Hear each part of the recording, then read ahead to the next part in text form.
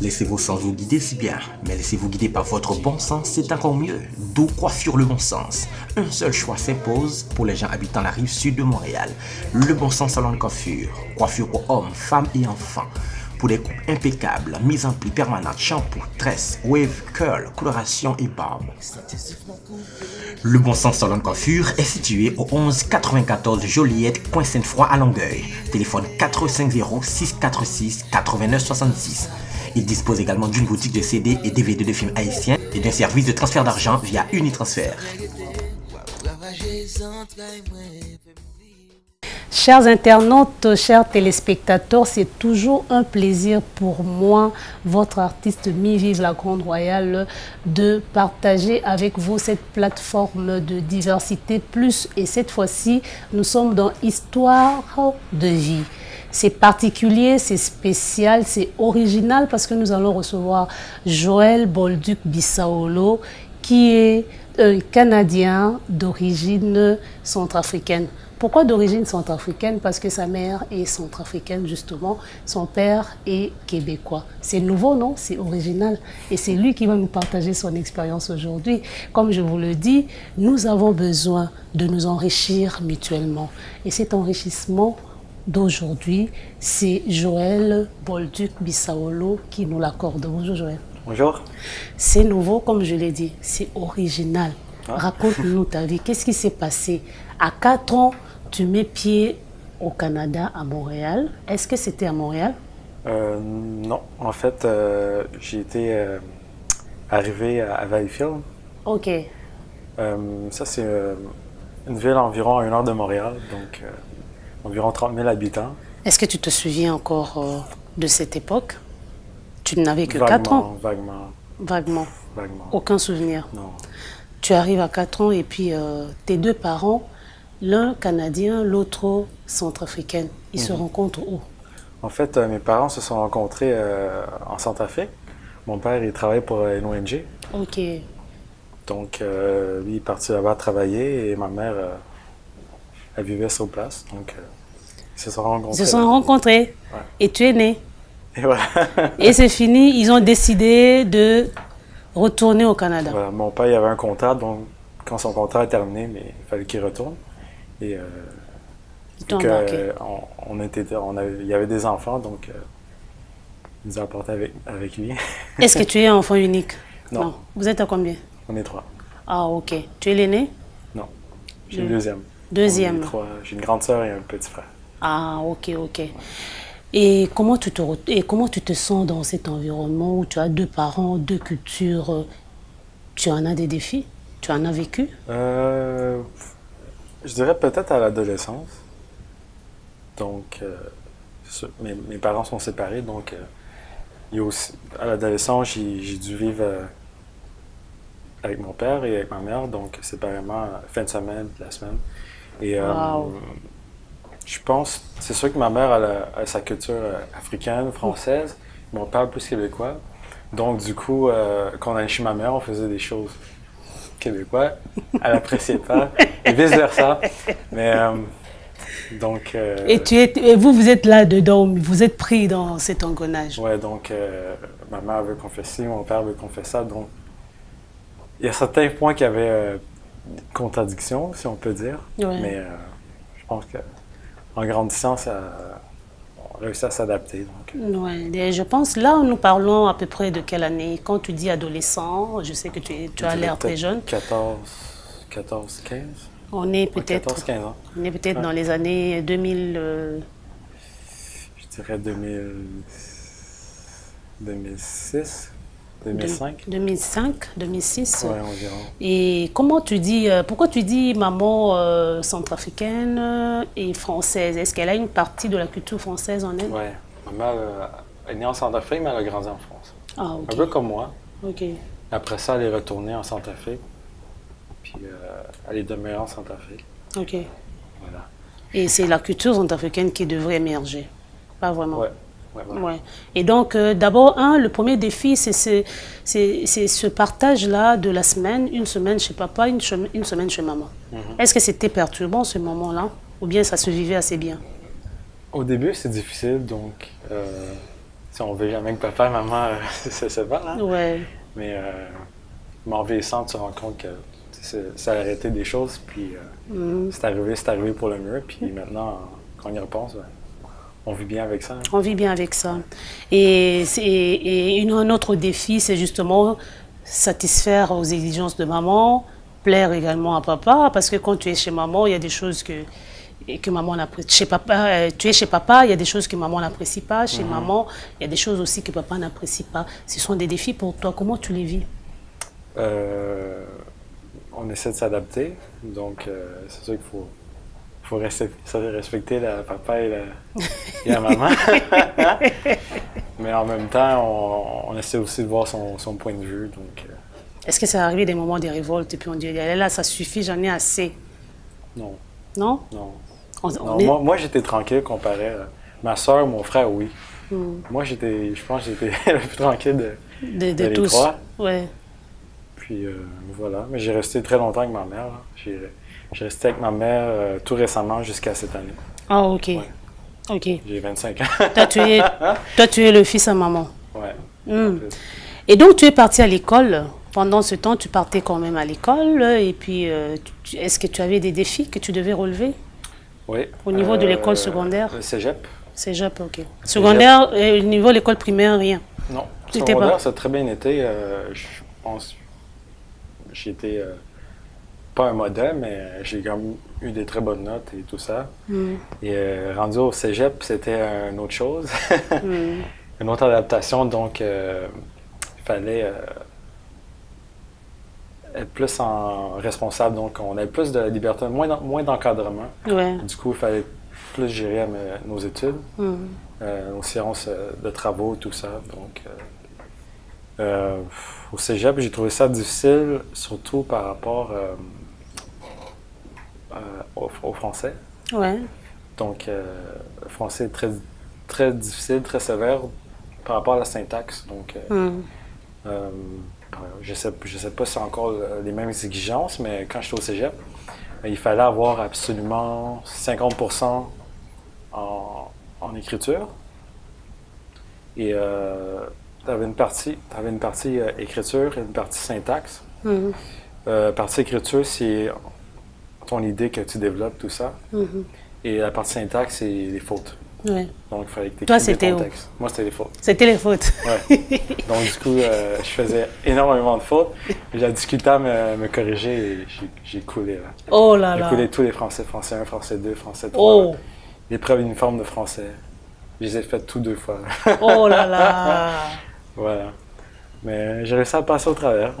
Mais comment tu es passé au travers de ça, justement? Quel moyen tu as pris? Est-ce que tu as pris le moyen de copier, de tricher, d'aller tout le temps corriger, ou bien tu as pris des moyens, je ne sais pas moi, de te faire encadrer? Parce que je vois qu'on parle des cours comment on appelle ça? Cours de récupération? Oui, justement, j'ai suivi un cours. L'école offrait un service pour les étudiants qui pas nécessairement en français, ça peut être aussi en mathématiques ou dans d'autres cours. Un cours en difficulté, tu peux avoir comme mentor un autre élève que lui qui avait de la facilité dans le cours. OK. Un peu comme, on peut dire du mentorat. Ah, OK. Donc, cet élève-là, il supervisait. C'est très développé ici, le mentorat. Oui. Donc, ça m'a aidé. Puis, ça m'a aidé à améliorer mes notes et à passer. Et quel conseil tu peux donner aux personnes, aux jeunes comme toi qui vivent ces mêmes problèmes, ces mêmes difficultés? Je dirais de faire face un peu à la réalité. Je pense pas que les professeurs sont là pour nécessairement te faire couler, mais eux autres, leur but, c'est de former des personnes compétentes, c'est de donner des outils. Puis si tu n'es pas capable d'avoir ces outils-là, mais il faut que tu sois en mesure aussi de passer sur ton orgueil et de faire les choses comme il se doit. Est-ce que c'est ce que tu as fait? Tu es passé au travers de ton orgueil? Oui, parce que c'est... Quand tu échoues un cours, parce que tu as beaucoup échoué, tu as beaucoup coulé, là. J'ai échoué beaucoup de cours et... puis aussi, il faut aussi de fournir beaucoup d'énergie, beaucoup d'efforts, beaucoup d'heures d'études, tout ça. C'est ce que tu as fait? Oui, j'ai fait. quand tu fournis beaucoup d'énergie et que tu vois que ça ne fonctionne pas, Tu peux... des fois, tu as envie l'option d'abandonner ou Ouais. prendre un autre chemin, mais Ouais. après, il faut focusser et Et on va de l'avant. Est-ce que tu penses qu'il y a beaucoup de jeunes qui, justement, se fatiguent à passer par ce chemin d'efforts, de fournir les efforts, Ouais. et puis qui ont justement envie d'abandonner? Tu penses qu'il y en a encore? Ouais, il y en a beaucoup. Il y en a beaucoup? Qu'est-ce que tu peux leur dire alors? C'est sûr qu'il y a un besoin de sacrifice. Mm. Il faut être capable de dire que c'est un passage obligatoire Dans la réussite. dans la réussite. Donc, même j'avais écouté récemment Michael Jordan, un grand basketteur. Il disait que sa réussite, c'était ses échecs. Mm. Donc, il voulait venir en dire que c'est avec ces échecs-là qu'il a su se recorriger, puis éventuellement prendre de l'expérience, puis comprendre ses erreurs. Mm. Donc, avec ça, il a pu grandir. Il est devenu grand aujourd'hui. Voilà. Mais est-ce que pendant ton cursus, il y a des professeurs qui t'ont aidé justement à te relever en voyant que tu avais des échecs dans ce domaine? Est-ce qu'ils donnaient des conseils? Est-ce qu'ils t'orientaient sur la direction que tu devais prendre, voyant que tu avais des difficultés dans telle autre matière? Oh, ouais. Oui? Ouais. Est-ce qu'ils le font vraiment, les professeurs? Oh, ouais. Ok. Ou bien c'est laissé un peu aux parents qui doivent... Bon, en fait, c'est sûr que le professeur va... C'est sûr qu'il y a un besoin aussi de volonté. C'est sûr que si le professeur il voit que... Il va dire, mettons, Joël, là, viens me voir, là, je vois que tu as de la difficulté, tout ça. Mais si tu fais pas l'effort d'aller à la rencontre de la personne, après ça, le prof... Le prof aussi laisse tomber. c'est ça. Donc il attend vraiment, le prof tend la main à l'élève, à l'étudiant, mais il attend aussi que l'étudiant réponde Voilà. justement à l'appel du professeur. Et là, le professeur pourra l'orienter. Ok. Et quel conseil donner à ces jeunes justement qui se fatiguent et puis on leur tend la main et ils disent ah non, c'est trop pour moi, j'abandonne. Moi, je peux dire, comme je disais, que dans la vie, il n'y a rien qui est acquis, puis il faut quand même faire des efforts pour atteindre certains buts. Et l'important, c'est vraiment se donner un focus, puis prêt à travailler pour faire des sacrifices pour. Et donc, quand tu as réussi à surmonter cette difficulté, tu as poursuivi tes études. En fait, j'ai pris quelques années sabbatiques, Waouh! Combien Donc, d'années? 4 ans. 4 ans, Joël. 4 ans. Attends un peu. Là, nous sommes de quelle année en quelle année? Je dirais de 2011 jusqu'à cette année. 2011 jusqu'à 2016? 2011-2012, ouais. Jusqu'en 2016. Non, ouais, voilà. 2016? Ouais. Et pendant ces 4 ans, tu fais quoi? Pendant cette période-là, j'ai fait beaucoup de formations. Ok. J'ai fait des formations comme instructeur de cours de groupe, Ah, ok. entraîneur personnel, De quoi, par exemple? entraîneur personnel à la salle d'entraînement, L'entraînement de quoi? la gym. Ah, la Donc, gym. faire des programmes d'entraînement. Oh, conditionnement physique? Ouais. Ok. Donc, c'est un cours que tout le monde peut passer. Là. C'est en 3 mois. C'est une certification qu'on te donne. Ah, ok, ok. Donc, pour dire que tu es compétent pour faire... Tu n'as pas chômé?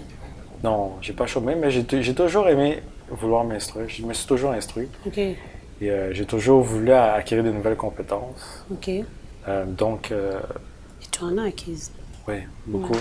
Il y a cette certification-là, mais justement, j'ai travaillé comme instructeur de cours de groupe. Comme Là, on parle de conditionnement physique. Tu en as fait un autre? Ouais, j'ai fait à salle d'entraînement, j'ai fait des cours de groupe.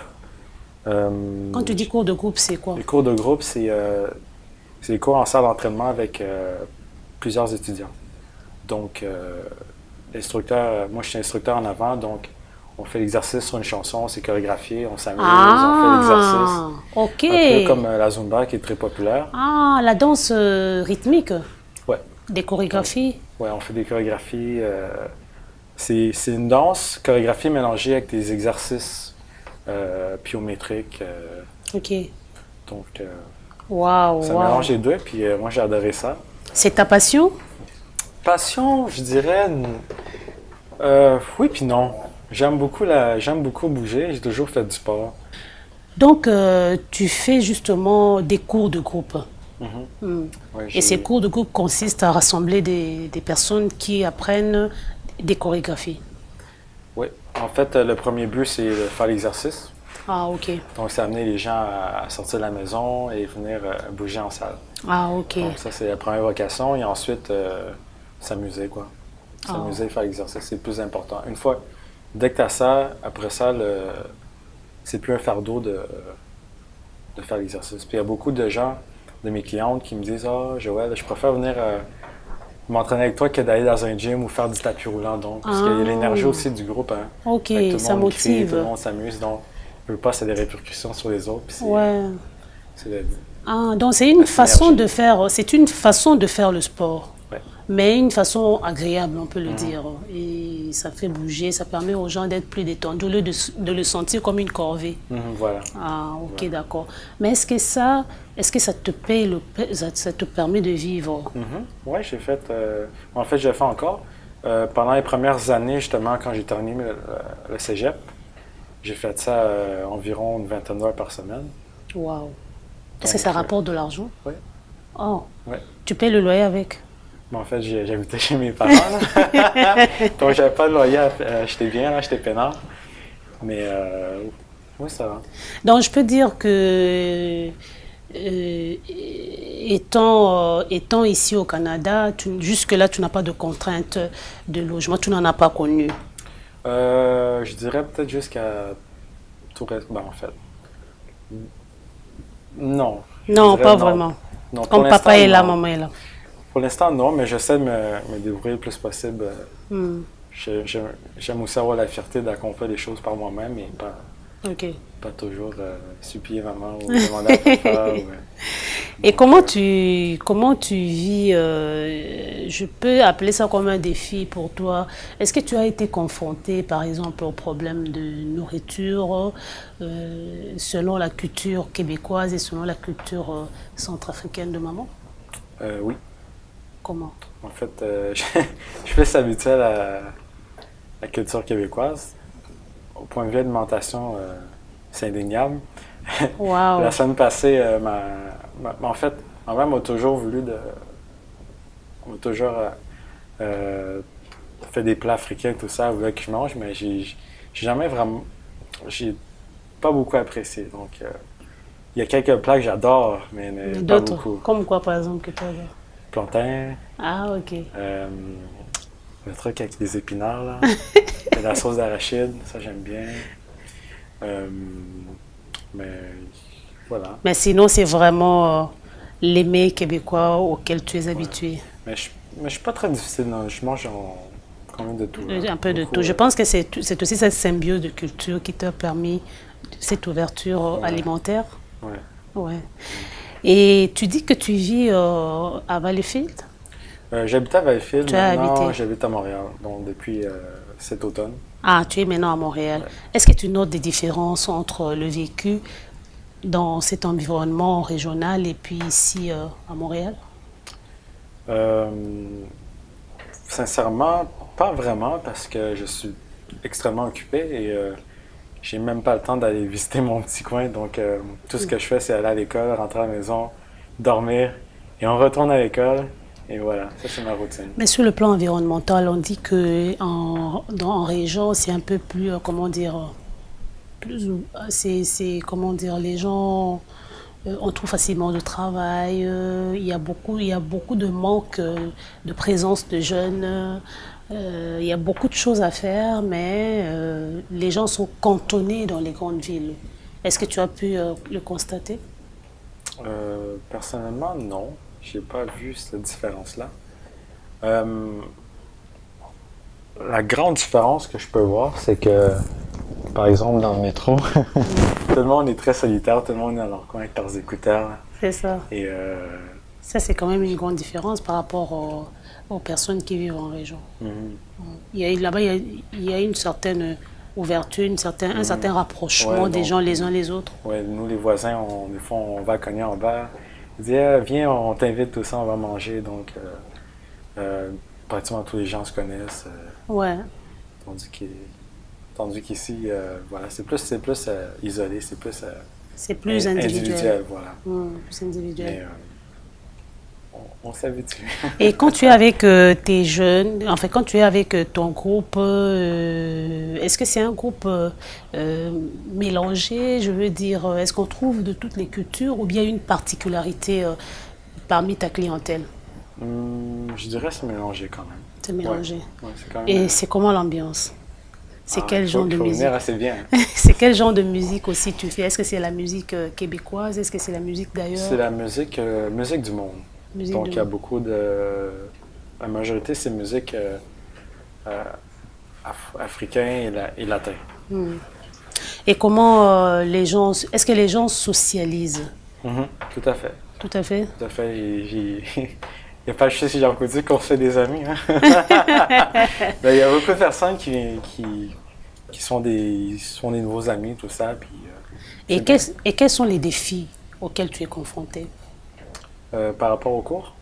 Par rapport à ton environnement, par rapport à cette expérience que tu fais, que tu vis tous les jours, quelles sont les difficultés que tu rencontres, par exemple? Les difficultés que je rencontre, je dirais... Pour l'instant, la plus grande difficulté, je dirais, c'est la capacité à gérer le stress des études. Parce que comme je disais, ça fait 4 ans que j'ai pas fait... j'ai fait quelques cours, mais c'était pas aussi intense que maintenant. En fait, tu m'as dit, tu suis quel cours? En fait, là, je suis en cheminement universitaire. OK. Donc, c'est un cours obligatoire à l'ETS. Donc, c'est un cours qu'ils offrent aux personnes qui veulent rentrer, qui n'ont pas les préalables requis pour rentrer dans le bac. OK. Donc, du coup, je dois faire des cours de base. OK. C'est une étape préparatoire. Hein, voilà, si on peut dire. au baccalauréat. Et, je dois faire 1 an. OK. Pour après ça pouvoir commencer le bac. OK. Donc, en septembre prochain.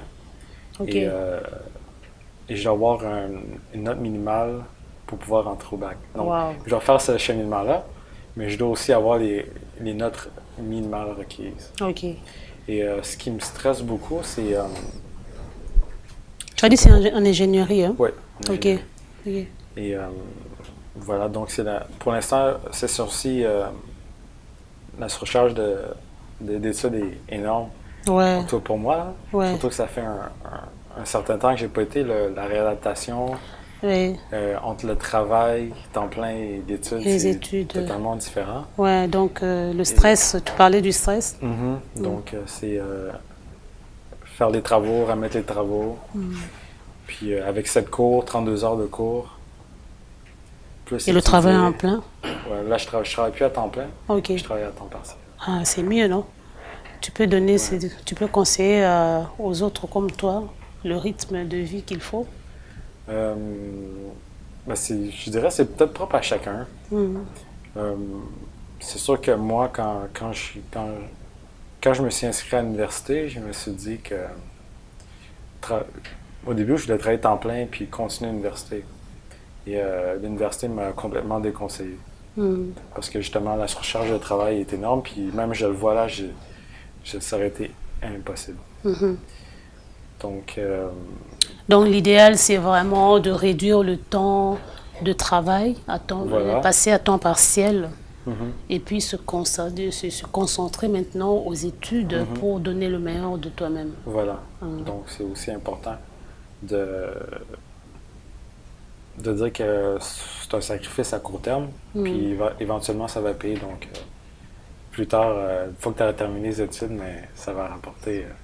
Mais ça va rapporter gros. Et de temps en temps, tu as quand même le temps de sortir pour aller, pour aller faire le conditionnement physique. Tu réussis quand même à le faire. Oui, il faut. Ça te permet de te décharger, d'enlever un peu de stress. Ça permet d'évacuer.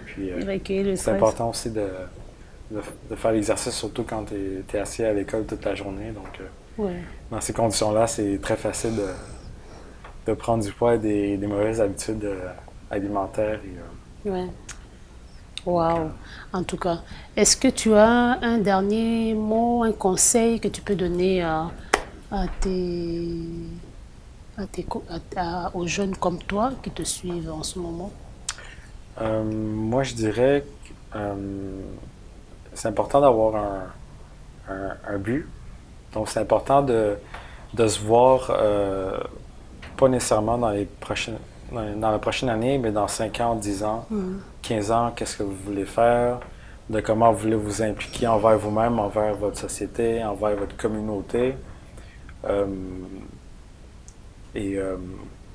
Si cela implique des études, tout ça, c'est important aussi d'être prêt à faire des sacrifices et de travailler fort pour ça. J'avais une question que je n'ai pas osé la poser, mais je me permets quand même de la poser. Si toi aussi tu me permets de m'y répondre. Généralement, quand un enfant sort de deux cultures, surtout une culture blanche et noire, il y a un peu ce genre de confrontation. Tu n'as pas vécu cette situation au niveau de la famille ou au niveau de l'école, au niveau des amis? Non. Je pense même que au j'étais niveau quand de même assez chanceux l'école, pour ça. au fait que par le fait que tu sois métissé? Non, sérieusement, j'ai peut-être été chanceux, mais j'ai pas vraiment eu ce problème. Moi, j'étais quand même quelqu'un d'assez sociable, j'ai toujours eu plein d'amis. Et j'ai toujours eu la facilité à m'intégrer avec différentes communautés. Moi, j'adore la culture, j'adore les différents visages, j'adore les couleurs. Donc, ce côté-là, vraiment, c'était un côté que le destin t'a épargné. Alors, moi, je te remercie énormément, Joël. Merci à vous. Et je vous remercie, vous, nos téléspectateurs. Je dis, vous devrez, à un moment donné, passer du côté des acteurs. Nous avons besoin que vous puissiez réagir. Nous avons besoin que vous puissiez communiquer vos commentaires, vos suggestions pour cet espace qui vous est offert à vous, à Diversité Plus. Alors, nous attendons vos commentaires au www.diversitéplus.com. N'hésitez pas à réagir et nous nous retrouvons la prochaine fois. Au revoir.